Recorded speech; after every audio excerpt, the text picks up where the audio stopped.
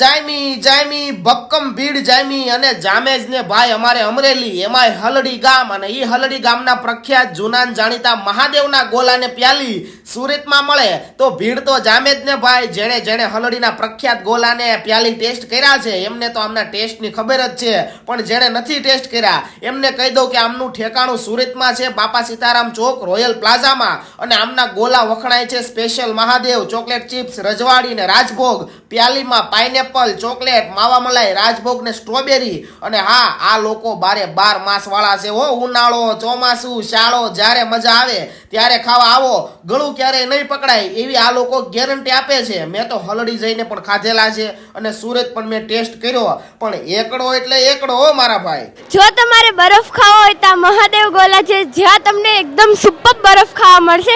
અહીંયા તમે બરફ ખાશો તો તમે 15-20 મિનિટ તમારે વેઇટ કરવો પડશે, પરંતુ તમને બેસ્ટમાં બેસ્ટ ગોલા ખાવા મળશે. મહાદેવના ગોળા એટલે એક નંબર હો ભાઈ, કાંઈ ઘટે નહીં.